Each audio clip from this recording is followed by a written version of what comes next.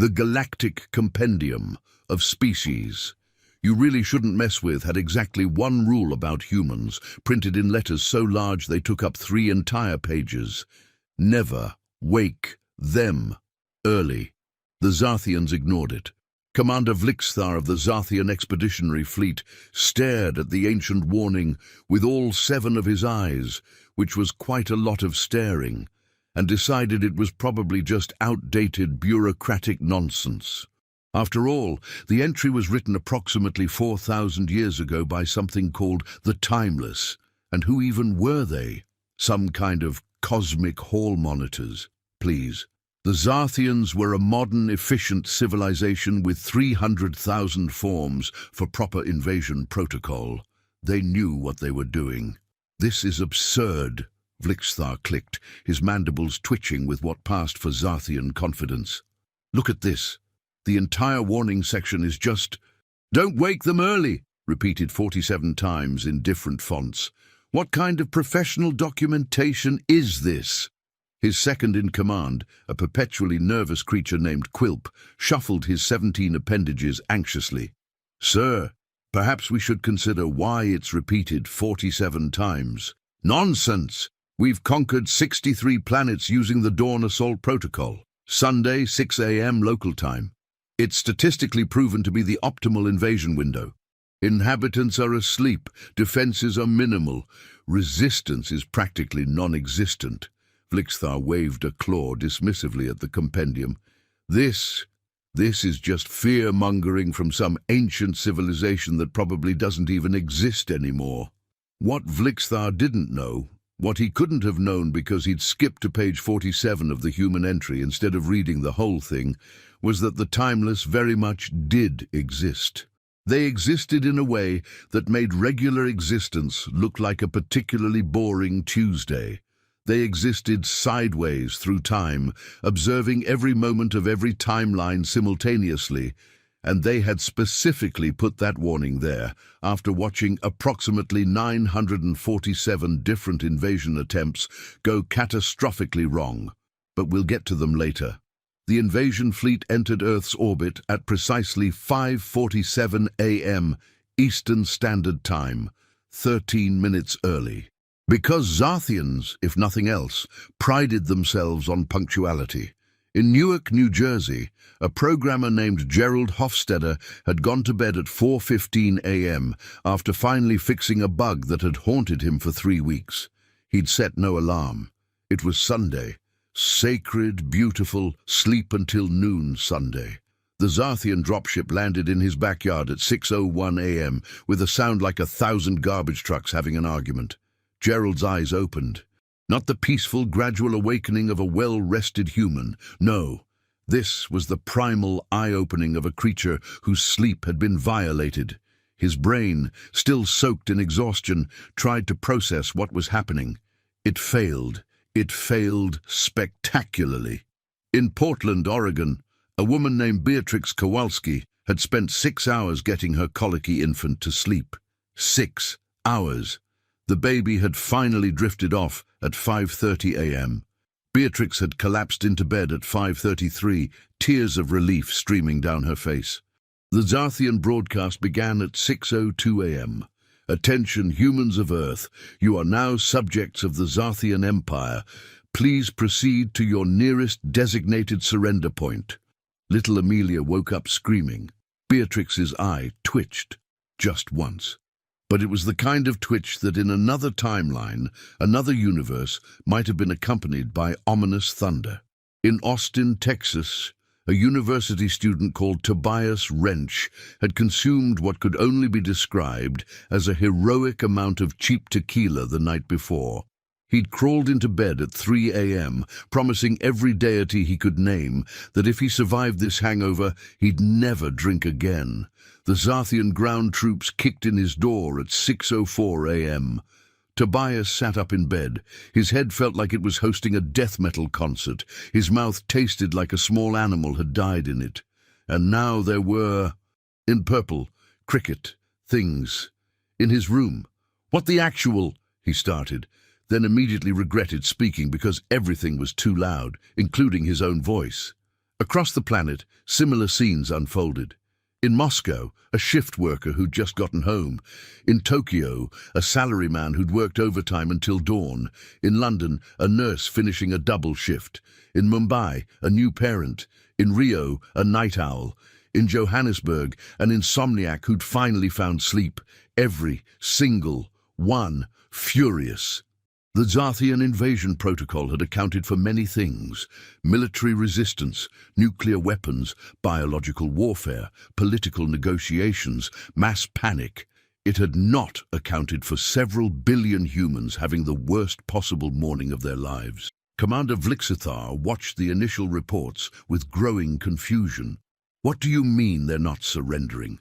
We've activated all surrender points. The broadcasts are clear. Why is that one throwing a coffee machine at Squad 47? Sir, they seem to be... Quilp checked his tablet, his appendages trembling. They seem to be experiencing something called pre-coffee rage. I'm not entirely sure what that means, but 17 of our units are reporting injuries from household appliances. Household appliances? They're a pre-warp civilization. They don't even have proper weapons. Tell that to Squad 19, sir. They were just beaten back by a human wielding something called a garden hose while screaming about some nerve and Sunday morning. Gerald Hofstadter stood in his backyard in his underwear, holding a baseball bat that had exactly 3 nails sticking out of it, a home defense weapon he'd made during a particularly paranoid phase in 2019 and never removed. His eyes were bloodshot. His hair looked like it had been styled by a tornado. He had slept 1 hour and 45 minutes. You picked Sunday, he said, his voice dangerously quiet. You picked Sunday, 6 a.m. on a Sunday. The Zarthian squad leader, a creature named Plib, tried to follow protocol. Human citizen, you are required to... I am required. Gerald's voice hit a pitch that made dogs 3 blocks away start barking. I'll tell you what I'm required to do. I'm required to sleep. I'm required to not be invaded before noon. I'm required to have at least 6 hours of unconsciousness before dealing with alien bullshit. Sir, please calm. Calm?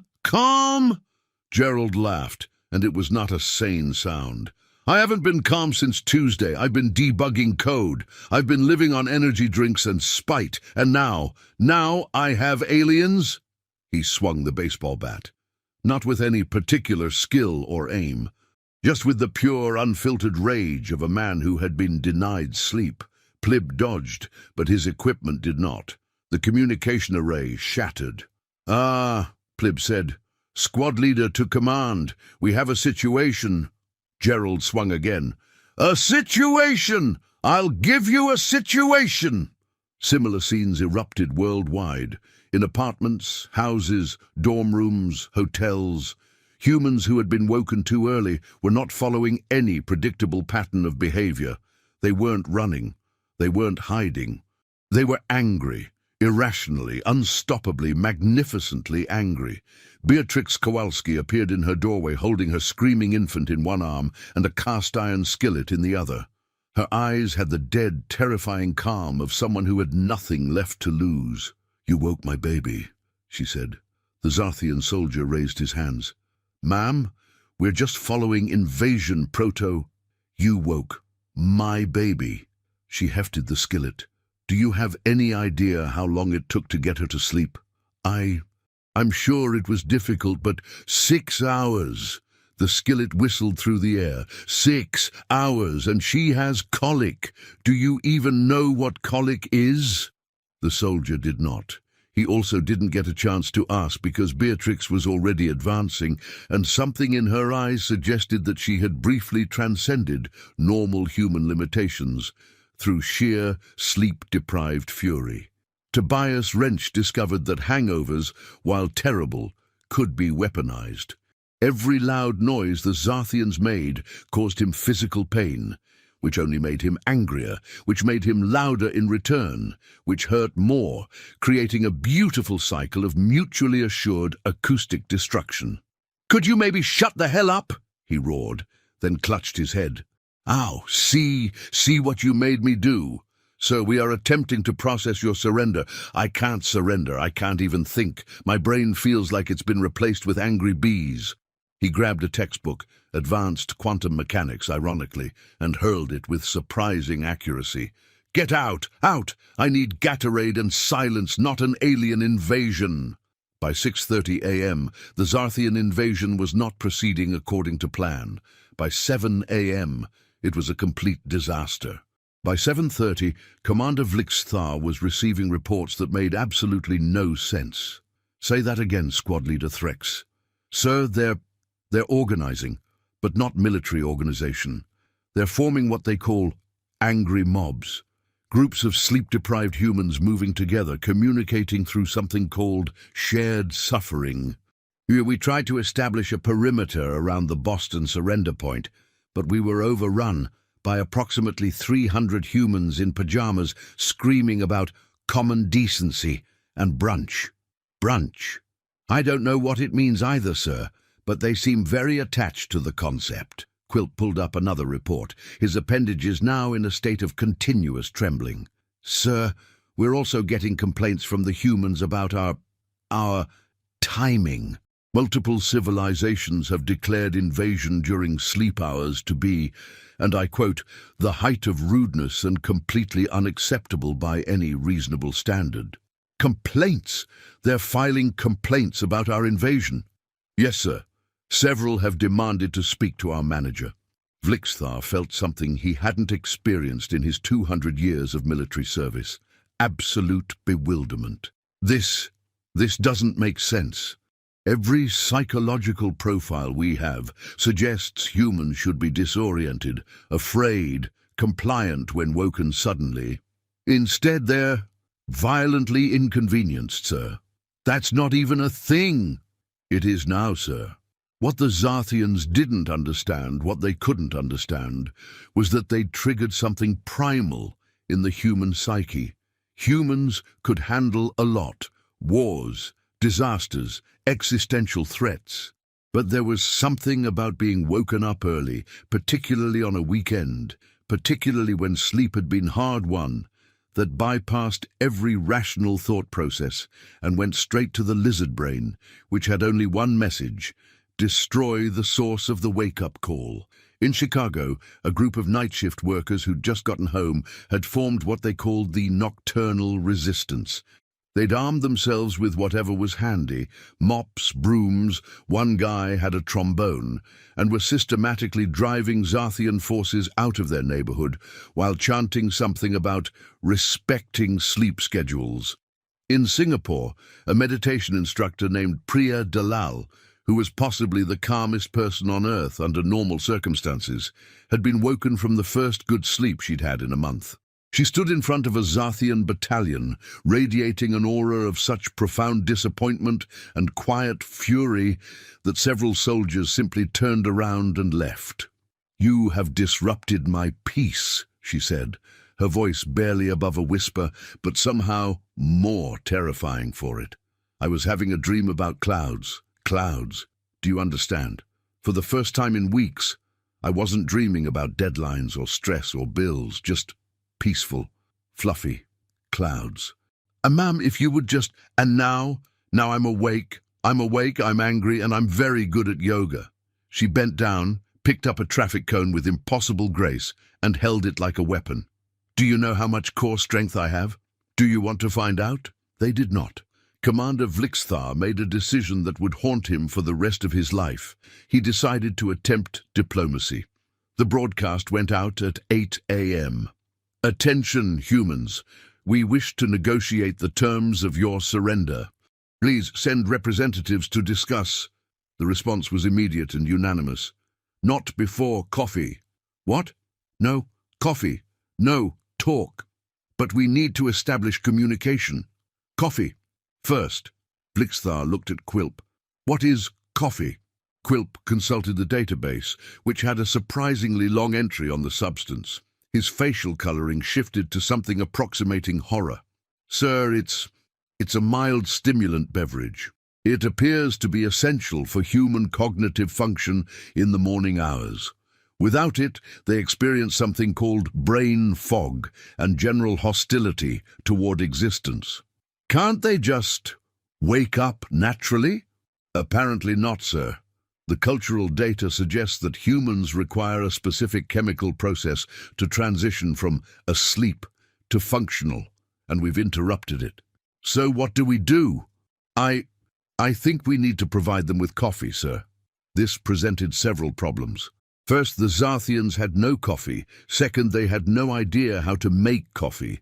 Third, when they tried to synthesize it using their molecular replicators, they somehow created a brown liquid that smelled vaguely correct, but tasted, according to the one brave human who tried it, like sadness and betrayal had a baby. Gerald Hofstadter, still in his backyard, still holding his nail-studded baseball bat, was approached by Plib again, this time holding a cup of the synthesized coffee. We brought you the beverage, as a peace offering. Gerald took the cup, sniffed it. His eye twitched again. What is this? Coffee? We made it according to the molecular specifications. Gerald threw the cup over his shoulder. That is not coffee. That is an insult to coffee. That is what coffee's evil twin from an alternate dimension might drink while plotting the destruction of good taste. But we followed the chemical formula exactly. Coffee isn't just chemicals, you purple cricket nightmare. It's an art. It's a ritual. You can't just replicate it and expect... He stopped, a terrible realization crossing his face. Oh my God! Oh my God! You don't have coffee, do you? You traveled across the galaxy, you planned this whole invasion, and you didn't bring coffee. We didn't think it was necessary. Not necessary. Gerald's laugh was unhinged. You want to conquer Earth and you didn't prepare for coffee? What kind of half-assed invasion is this? This sentiment spread rapidly. Humans, still furious about being woken, were now doubly furious that the invaders couldn't even provide adequate coffee. It was, in the words of one Tokyo resident, adding insult to injury, and both the insult and the injury are completely unacceptable. By 9 a.m., the situation had evolved into something unprecedented in galactic history. Humans weren't just resisting the invasion, they were critiquing it. They were giving the Zarthians performance reviews. If you're going to invade, said a woman in Berlin, you should at least have a basic understanding of our sleep cycles. This is amateur hour. I've seen better organization at a kindergarten birthday party, added a man in Sydney. The audacity, declared someone in Mexico City, to show up without even basic refreshments. Where's the professionalism? The Zarthians, who had spent decades planning this invasion, who had filed all the proper paperwork, who had followed every protocol in their 300,000 forms, were being told they were bad at invading. It was humiliating. Commander Vlixthar sat in his command chair, all 7 eyes closed, wondering where everything had gone so catastrophically wrong. Quilp approached hesitantly. Sir, we're receiving a transmission. It's from the Vrel. The Vrel, their closest competitors in the galactic conquest business. Vlixthar's eyes snapped open. Put them through! The face that appeared on screen was trying very hard not to laugh. Trying and failing. Ambassador Kleet of the Vrel Empire had all 4 of his mouths spread in what could only be called a shit-eating grin. Commander Vlixthar, how's the invasion going? Conquered any sleepy humans lately? Kleet, Vlixthar growled. What do you want? Oh, nothing. Just wanted to check in, see how you were doing. You know, after you very publicly announced you were invading Earth using the Dawn Assault Protocol. Kleet leaned forward. On a Sunday, at 6 a.m., despite thousands of years of very clear warnings not to do exactly that. You knew. Knew! We've been taking bets, Vlixthar. The whole Vrel diplomatic corps has a pool going. I personally wagered that you'd last until 7:30 before attempting negotiations. I won 17,000 credits. Kleet's laughter echoed through the bridge. Did you really think that warning in the compendium was just a suggestion? Did you think the Timeless were just being dramatic? The timeless are a myth. Oh, this is precious. He thinks the timeless are a myth. Quilp, buddy, does your boss always ignore basic galactic history, or is this special ignorance reserved just for humans? Quilp said nothing, which was answer enough. Cleet wiped tears from his eyes. All four of them. Let me tell you something, Vlixthar.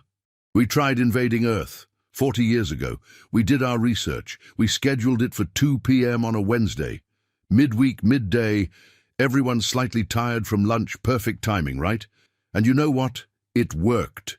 We had surrender agreements signed within 6 hours. Very peaceful, very professional. Then why don't you control Earth? Because the timeless showed up. Cleet's expression shifted to something resembling actual respect, mixed with fear. They appeared in our flagship drinking tea Vlixthar, like they were at a garden party, and very politely explained that Earth was under observation and we needed to leave immediately and undo all the surrender agreements and never speak of it again. That's absurd. Is it? Is it really? Or is what's absurd invading a planet at 6 a.m. on a Sunday after being explicitly told not to wake humans early? Cleet leaned back. Enjoy your invasion, Commander. I'll be watching. We all will. This is the most entertainment the galaxy's had in decades. The transmission cut out. Vlixthar sat in silence for a long moment. Then, Quilp. Yes, sir? The timeless. Are they real? Sir, I tried to tell you. Are they real? Yes, sir. Very real. They exist outside normal space-time. They observe. They interfere when they deem it necessary, and they have extremely strong opinions about proper invasion etiquette. And you didn't think to mention this. I tried to, sir. 7 times. You said I was being paranoid and reading too much into ancient texts. Before Vlixthar could respond, something happened that made every instrument on the bridge scream in protest. Reality. Hiccuped. That was the only way to describe it. One moment everything was normal. The next, there were 3 beings sitting at the conference table in the corner of the bridge. A table that, notably, hadn't existed 3 seconds ago. They were drinking tea. Actually, properly, genuinely drinking tea from delicate cups that absolutely should not exist on a military vessel. Oh, don't mind us, said the first being, who looked vaguely humanoid, but with too many joints in all the wrong places. Continue your invasion. We're just here to watch. The second being, who appeared to be made partially of crystallized time itself, added, though invasion might be a strong word at this point. Catastrophic diplomatic incident seems more accurate. The third, who kept flickering between 3 different states of existence, smiled. We did warn you. Page 1, big letters. Never wake them early. But does anyone listen to the timeless? No, they never do. Vlixthar felt something break inside him. You're the timeless. Got it in one. The first being, who would later introduce himself as Chronicler Vex, raised his teacup in salute. We've been watching you lot bumble around for the past 3 hours. Quite entertaining, really. Haven't had a laugh like this since the Kralaxians tried to invade during human Black Friday. That was a bloodbath. You just sit there and watch? Well, yes, said the second being, Archivist Nyx. We're the timeless. We exist across all moments simultaneously. We've already seen how this ends. Quite badly for you, I'm afraid, but we couldn't resist watching it unfold in real time. It's like a very slow, very painful disaster. Absolutely riveting. The third being, Observer Quinn, nodded enthusiastically. We tried to prevent this, you understand. The warning was very clear, but there's always one species that thinks they know better. Usually the very bureaucratic ones. Lots of forms, not much common sense. If you knew this would happen, why didn't you stop us? Oh, we're not allowed to interfere directly with free will, Vex said, sipping his tea. That's a whole violation of temporal law. We can warn, we can document, we can provide very clear instructions, but if you choose to ignore them, well, he shrugged, that's on you. Besides, Nyx added, this is serving as an excellent cautionary tale for other civilizations. We're recording everything. This will be required viewing in invasion planning academies for millennia. We've tentatively titled it, Quinn said, The Sunday Morning Massacre, a study in poor timing and worse decisions. Vlixthar wanted to scream, or cry, or both. What? What do we do? The Timeless exchanged glances. They seemed to have an entire conversation in the space between seconds, which, given their nature, made sense. Well, Vex said finally, you have a few options. Option 1, continue the invasion, get progressively more humiliated as humans become more functional throughout the day. By noon, they'll have had coffee, breakfast, maybe a shower. You'll be facing an entirely different species, a competent one, a caffeinated one. Current projections suggest complete Zarthian retreat by 2 p.m., with significant casualties to your dignity. Option 2, Nix continued, attempt to negotiate now while they're still disorganized. But understand that sleep-deprived humans are not rational negotiators. They'll demand absurd things, reparations in coffee beans, public apologies, a guarantee that all future invasions will be scheduled with at least 2 weeks' notice and conducted during reasonable hours, whatever those are. Option 3, Quinn finished, and this is our personal recommendation. Leave, immediately. Pretend this never happened. File it under training exercise gone wrong and never speak of it again. The humans probably won't chase you, probably. They'll be too busy going back to sleep. That's it? Those are my options? Oh, there's technically an option 4. Vex said cheerfully. Where you stay, things escalate, and the Timeless are forced to intervene directly to prevent you from causing a temporal paradox. But that involves mountains of paperwork, and we'd really rather not. We're here for entertainment, not administrative duties. At that moment, a new report came through. Gerald Hofstadter had somehow organized the surrounding neighborhood into a cohesive defense force, armed with lawn equipment and sheer spite. They were advancing on the landing zone while chanting, "Sunday is sacred." Beatrix Kowalski had discovered that her baby's cry could shatter Zarthian communication equipment. She was now weaponizing her infant's colic. The Zarthians were fleeing from a woman with a baby. Tobias Wrench had found other hungover college students. Together, they created what they called the Fraternity of Righteous Anger. Their battle cry was, "We didn't even want to be awake for this." And across the planet, millions of humans were discovering that their mutual rage at being woken early was a more powerful unifying force than any government or military could have created. Vlixthar made a decision. Signal the fleet. Full retreat. Sir? Quilp's appendages stopped trembling for the first time in hours. We're leaving. Now. Immediately. Before this gets worse. He turned to the Timeless, who were now sharing what appeared to be biscuits. Will they chase us?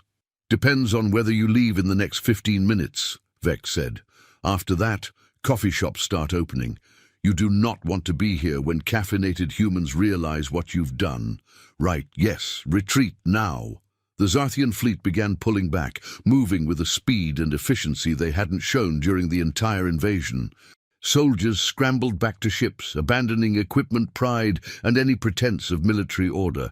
Gerald watched them go from his backyard, baseball bat still in hand. Yeah, that's right. Run, and don't come back before noon. Beatrix, gently bouncing her still-crying baby, called after them, and if you do come back, bring coffee, real coffee, not that synthetic garbage. Tobias, leaning against a wall for support because everything still hurt, managed a weak fist pump. Respect. The hangover assholes. By 9:30 a.m., the last Zarthian ship left Earth's atmosphere. By 9:45, the Timeless finished their tea. Well, Vex said, standing and causing the conference table to cease existing, that was delightful. Same time next millennia? Absolutely, Nix agreed, though I doubt we'll see anything quite this perfect again. The timing, the hubris, the complete disregard for clear warnings. Chef's kiss. Quinn nodded. We should send a fruit basket to Commander Vlixthar. As a thank you for the entertainment. An excellent idea. Something with a card that says, "Thanks for ignoring our advice." It was hilarious. They vanished, leaving behind only the faint scent of Earl Grey and the lingering sense that reality had been temporarily inconvenienced. On the Zarthian flagship, now safely beyond Earth's moon, Vlixthar sat in stunned silence. The retreat had been successful, if humiliating. They'd lost 0 soldiers to actual combat. They'd lost their dignity, their reputation, and Vlixthar's will to live, but 0 soldiers. Quilp approached with a datapad. "Sir, I've begun drafting the incident report. Just summarize it. Invasion failed due to catastrophic timing error. Species more dangerous when sleepy than anticipated. Recommend updating all databases with human sleep requirements and never attempting conquest before 10 a.m. local time, minimum. Add something about coffee. Already included, sir. I've requested a full analysis of human stimulant dependencies for future reference." Future reference, Vlixthar laughed bitterly. There won't be a future reference. Do you know what happens when the Galactic Council hears about this? When the other empires find out we were defeated by sleep-deprived civilians armed with household items? As if summoned by the question, the communication panel lit up. Incoming transmissions, dozens of them, from every major civilization in the galaxy. The Vrel sending a congratulatory message titled, "We told you so." The Krelaxians offering condolences and a pamphlet titled, "So You've Invaded Earth at the Wrong Time," a support group. The Hexarian Collective sending what appeared to be a mathematical proof, explaining why the invasion was doomed from the start. Even the usually silent Void Dwellers had sent a message. It was just a laughing emoji. Vlixthar didn't even know they had emojis. "Sir," Quilp said quietly, "there's one more transmission. It's marked as official temporal documentation." Vlixthar closed all 7 eyes. "Put it through." The Timeless appeared on screen, all 3 of them, still looking far too pleased with themselves. "Commander Vlixthar," Vex said cheerfully, "just wanted to follow up. We've completed our documentation of your invasion attempt. It's been filed under Catastrophic Failures in Military Planning, a case study. You're now officially the gold standard for what not to do when approaching Earth. We've also updated the Galactic Compendium," Nix added. "The human entry now has your invasion as a detailed example, with footnotes and charts. Very thorough. The warning about not waking them early," Quinn said. "We've made it even bigger. Takes up 5 pages now instead of 3. We're thinking of adding holographic warnings that scream at anyone who tries to skip to the invasion strategies section." "Wonderful," Vlixthar said flatly. "I'm a teaching tool. The best teaching tool. Your failure will prevent countless other failures. You should feel proud." "I feel many things. Pride is not among them." "Give it time," Vex said kindly. "In a few thousand years this will be funny, probably, maybe. Actually, no, it'll always be hilarious, but you might feel slightly less terrible about it." The transmission ended. Quilp shifted awkwardly. "Sir, what do we do now?" Vlixthar thought for a long moment. "Then we go home. We file the reports. We accept whatever consequences the Council decides, and we never speak of Earth again." "Should I remove them from the potential conquest database?" "Remove them, mark them, big red letters. Do not engage under any circumstances, especially before noon, especially on weekends, especially if they haven't had coffee." "Yes, sir." "And the specific timing error.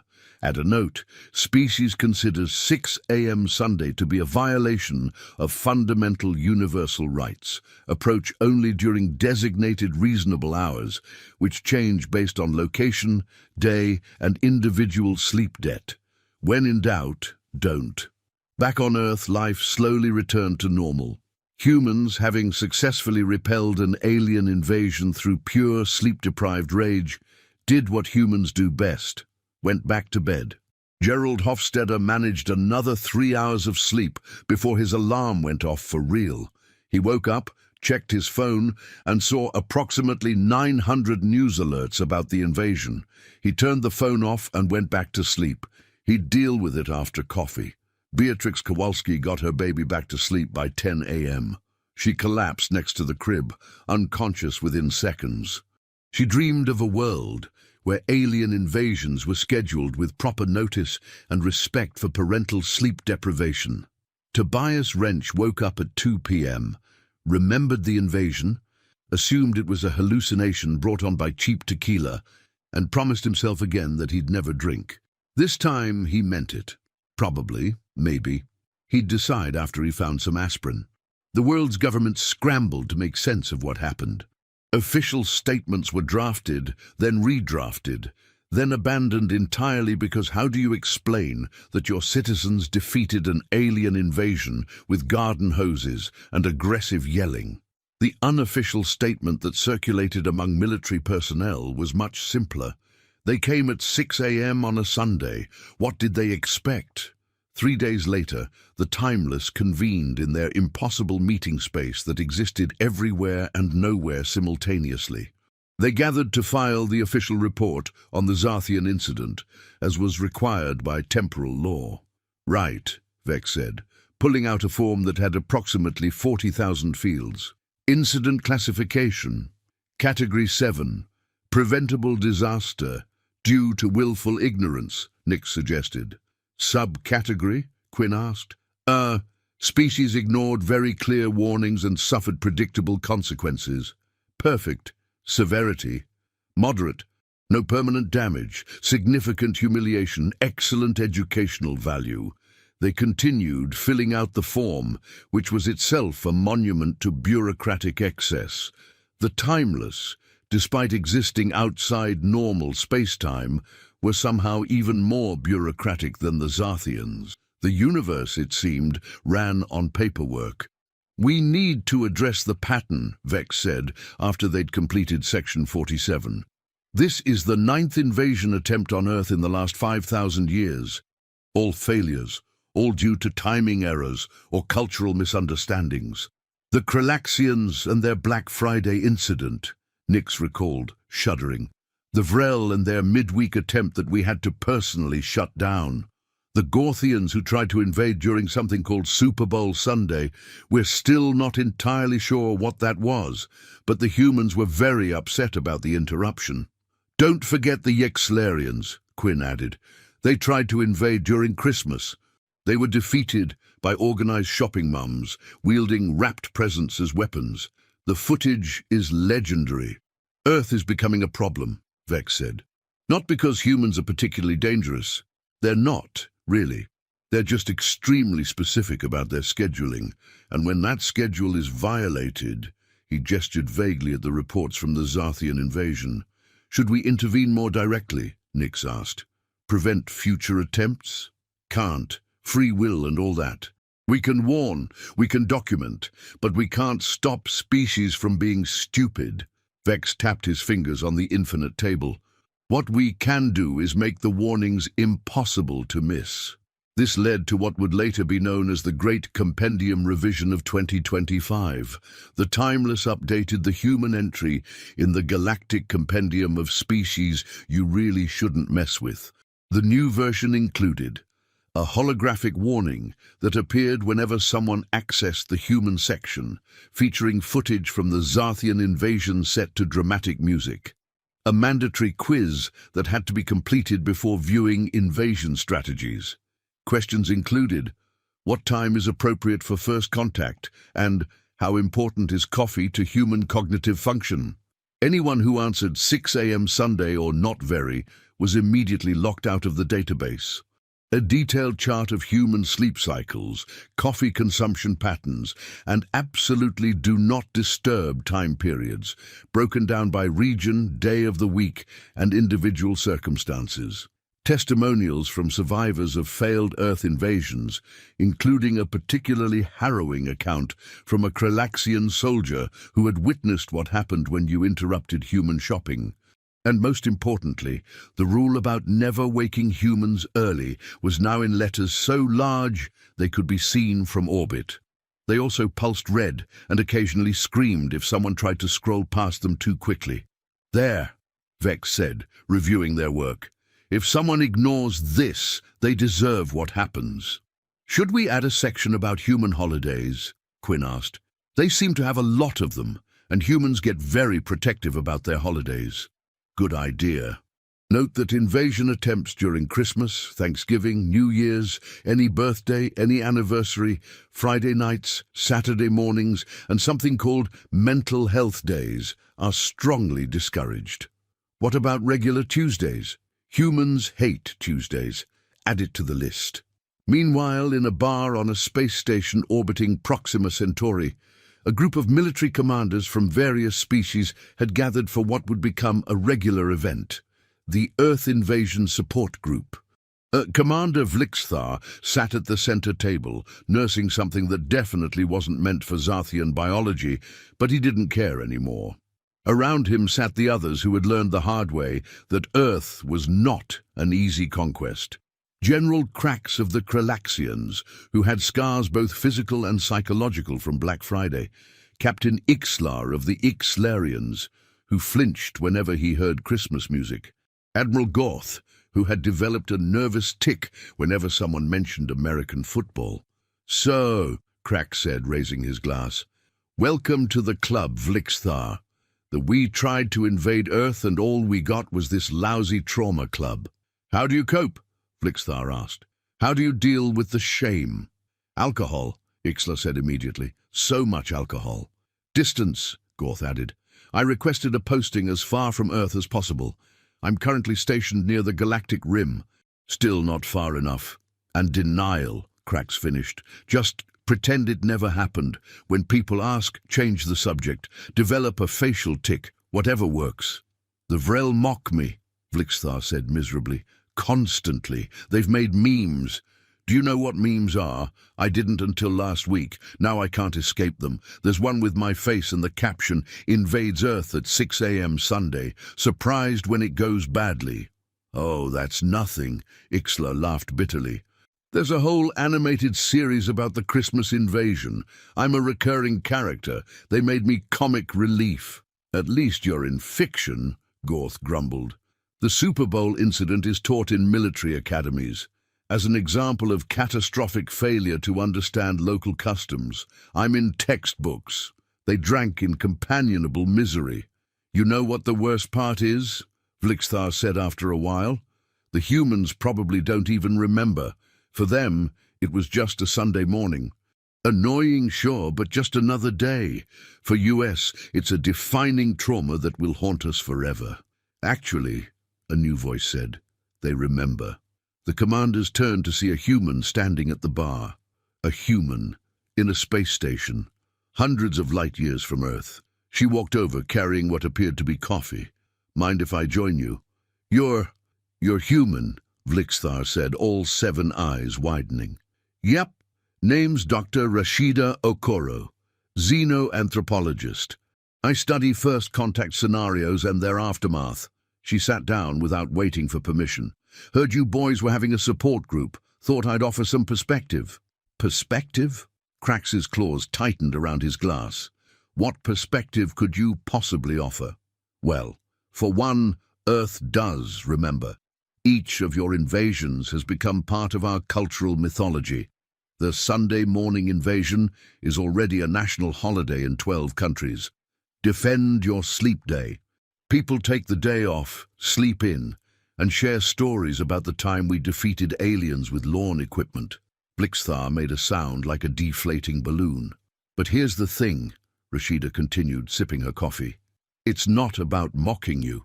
Well, okay, there's some mocking, but mostly it's about understanding what happened. And what happened is simple. You violated a fundamental human value." "Sleep?" Ixla asked. "Rest," Rashida corrected. "Humans need downtime. We require it. And when someone, anyone, alien or otherwise, violates that need, especially without good reason, we react poorly." "Poorly?" Vlixthar's voice cracked. "Your species weaponized household appliances and sleep deprivation rage." "Yes, we did. Because you attacked us during our rest period. If you'd come at, say, 2 p.m. on a Wednesday, different story. We might have actually listened. Maybe invited you for coffee, talked it out, found a peaceful solution." But 6 a.m. on a Sunday. She shook her head. You might as well have punched every human in the face simultaneously. We didn't know. You were told. The Timeless put warnings everywhere. You chose to ignore them. Gorth leaned forward. Why are you here? Really? To rub it in? No, Rashida said seriously. I'm here because Earth is about to join the galactic community officially. And when we do, we need to make sure this, she gestured at the traumatized commanders, doesn't keep happening. We need to establish proper first contact protocols that respect both sides. You want to make rules about invasion? Krax asked incredulously. I want to make rules about interaction. Look, humans aren't unreasonable. We're happy to talk, happy to negotiate, happy to trade, share technology, even discuss territorial agreements. But there are non-negotiables. Respect our rest, respect our cultural practices, respect our coffee. She smiled. Do that, and we're easy to get along with. Violate those basics and, well, you've all seen what happens. She pulled out a data pad. I'm drafting a proposal for the Galactic Council, the Okoro Accords, Guidelines for Human-Alien Interaction. Want to contribute? You've all got valuable experience about what not to do. The commanders exchanged glances. Slowly, Vlixthar nodded. What did you have in mind? Well, first, a clear definition of appropriate contact hours. Second, a requirement for cultural research before any major interaction. Third, a universal understanding that certain human substances, coffee, tea, chocolate, are considered essential, not luxury items. Fourth, wait, Ixla interrupted. Chocolate is essential. You have no idea, Rashida said seriously, but we'll get to that. The point is, we can prevent future disasters if we're all on the same page about expectations. Over the next several hours, the group worked together. The commanders shared their experiences, the specific mistakes they'd made, the warning signs they'd ignored. Rashida translated these into practical guidelines that other species could understand and follow. By the time they finished, they had a comprehensive document that covered everything from proper greeting times to the importance of caffeine to why you should never interrupt a human wedding, funeral, or sporting event. This is good, Gorth said, reviewing the final draft. This might actually work. It'll save lives, Krax added, and dignity, mostly dignity. Vlixthar looked at Rashida with something approaching respect. Why help us after what we did? Because despite the chaos, nobody actually got hurt. Property damage was minimal, and honestly, it was kind of cathartic for a lot of humans.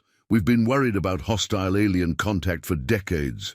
Turns out, when it happened, we could handle it. That's reassuring. You found our invasion attempt reassuring? In a weird way, yes. We learned we could defend ourselves even at our worst. You learned that humans require basic respect. Everyone learned something valuable. Well, except maybe you guys learned it the hard way, but still. She stood, finishing her coffee. I'm presenting this to the Galactic Council next month. When Earth joins officially, I'd like you all there, as witnesses, as experts, as proof that we can learn from mistakes and move forward. You want us to publicly relive our failures. Ixla looked horrified. I want you to publicly demonstrate growth. Show that even catastrophic first contact can lead to understanding. She smiled. Plus, the Council needs to see humans working with former invaders. It'll make integration easier. After she left, the commanders sat in silence. I think, Vlixthar said slowly, that might have been the strangest conversation of my life. Agreed, Krax said. But she's right. This could help. Could prevent other species from making our mistakes, Gorth added.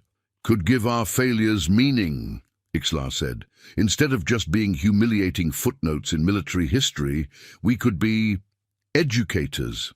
They raised their glasses. To education, Vlixthar said. Through humiliation, the others chorused. They drank. 1 month later, the Galactic Council convened for a historic session, Earth's official application to join the galactic community. The chamber was packed. Every major civilization had sent representatives. The Vrel, hoping for entertainment.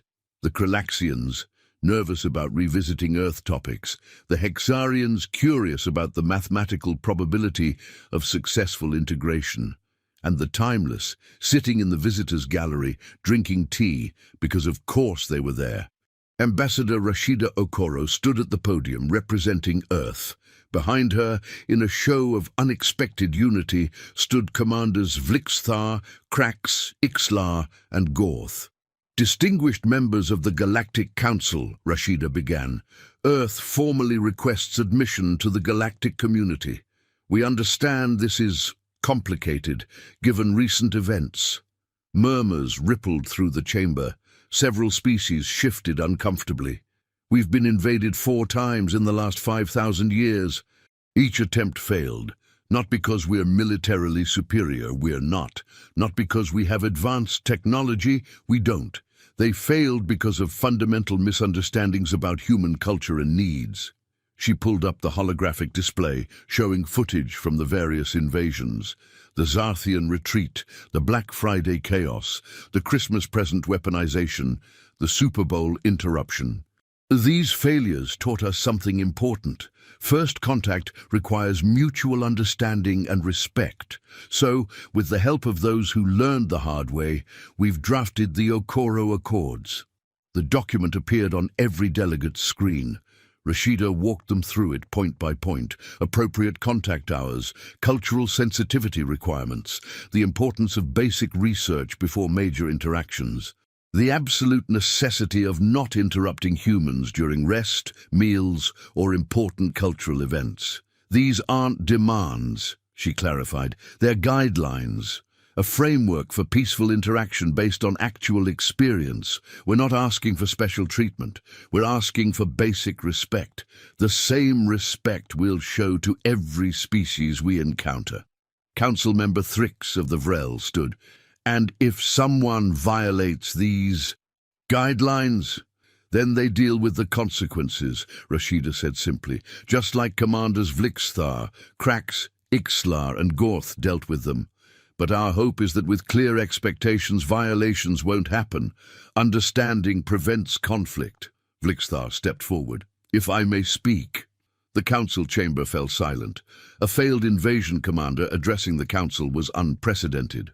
I ignored warnings, Vlixthar said, all 7 eyes downcast. I dismissed ancient wisdom as outdated bureaucracy. I assumed my species' methods would work on any civilization. I was wrong, catastrophically wrong. He looked up. But Dr. Okoro is right. My failure can have meaning if it prevents future failures.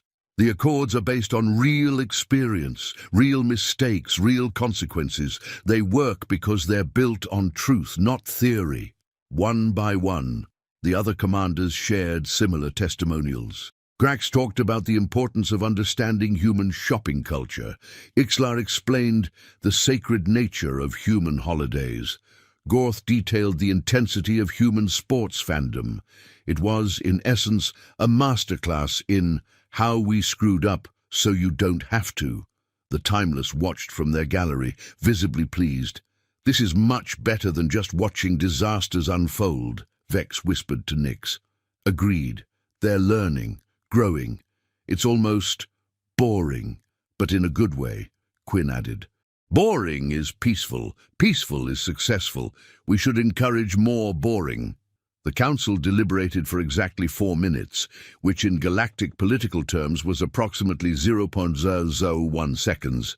Council Speaker Vreltok stood. Earth's application for membership is approved, pending adoption of the Okoro Accords as official galactic policy. The chamber erupted. Some species cheered, others grumbled. The Vrel looked disappointed that there wouldn't be more chaos. Additionally, Vreltok continued, the Accords will be mandatory study for all military and diplomatic personnel. The testimonials from Commanders Vlixthar, Krax, Ixlar, and Gorth will be preserved as educational materials. Ixlar whispered to Gorth, we're still going to be in textbooks. Yes, but now as helpful examples instead of just failures. I'll take it. Rashida returned to the podium. On behalf of Earth, we accept these terms. We look forward to peaceful, respectful interaction with all galactic species. We offer our technology, our culture, our art, and our coffee to the greater community. Did she just offer coffee? Someone in the audience whispered. Oh, that's going to change everything, another responded. And it did. 6 months later, human coffee shops began appearing on space stations across the galaxy. They became neutral meeting grounds where different species could interact in peace. The key to their success? They respected everyone's rest schedules. A human working night shift could get coffee at 3 a.m. A Hexarian who woke at noon could get their afternoon blend. A Vrel who never slept could get decaf just for the taste. The Sunday morning invasion became a teaching tool in every military academy. The footage was required viewing. The lesson was simple and clear. Understand your target before engagement or suffer humiliation. The Timeless updated their records one final time. The human entry in the Galactic Compendium now read, Humans, approach with respect and proper timing. When treated well, they are creative, collaborative, and generous. When disrespected, especially regarding sleep, coffee, or cultural practices, they are terrifying.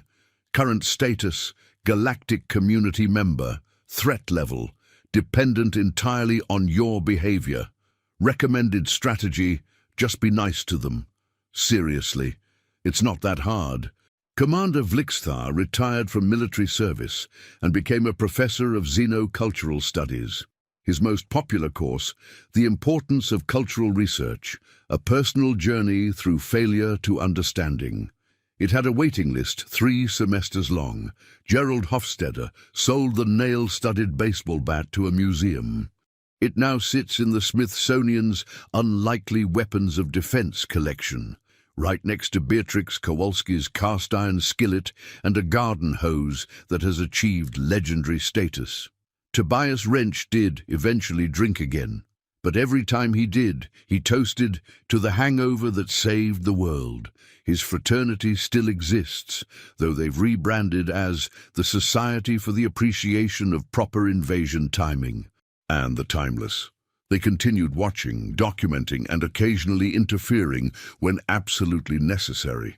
But their favorite viewing remained archived footage of the Sunday morning invasion, which they showed at parties. Because in a universe of infinite possibilities and cosmic wonders, sometimes the most entertaining thing is watching someone ignore very clear warnings and immediately regret it. Earth thrived in the galactic community. Humans brought innovation, art, chaos, and more coffee than any civilization knew what to do with. They formed alliances, traded technologies, explored new worlds, and occasionally had to remind someone that no 6 a.m. Sunday is still not an appropriate contact time, even for urgent diplomatic matters. The Okoro Accords became the gold standard for first contact protocols. Species that followed them had peaceful, productive relationships with humans. Species that didn't, well, they usually learned, eventually. After some humiliation, the universe, it turned out, was better for having humans in it, not because they were the strongest or the smartest or the most advanced, but because they taught everyone else a valuable lesson. Respect costs nothing. Timing matters. Coffee is sacred, and if you wake someone up at 6 a.m. on a Sunday, you deserve everything that happens next. Somewhere in a dimension outside normal space-time, the Timeless raised their teacups in a final toast. To humanity, Vex said. To proper invasion timing, Nix added. To the glorious chaos of free will and poor decision-making, Quinn finished. They drank, they laughed, and they waited to see what would happen next. Because in a universe this vast, this chaotic, this fundamentally absurd, there would always be someone who thought they knew better than the warnings. Someone who believed the rules didn't apply to them. Someone who would ignore every piece of advice and charge forward with unearned confidence. And when that happened, the Timeless would be there, tea in hand, ready to watch the magnificent disaster unfold. After all, that's what made existence interesting. Not the successes, but the spectacular, predictable, absolutely avoidable failures that taught everyone else what not to do. The universe continued spinning, species rose and fell, empires expanded and contracted. But one rule remained constant, carved into every database, taught in every academy, whispered as gospel truth among military commanders across 1,000 worlds. When it comes to humanity, never wake them early.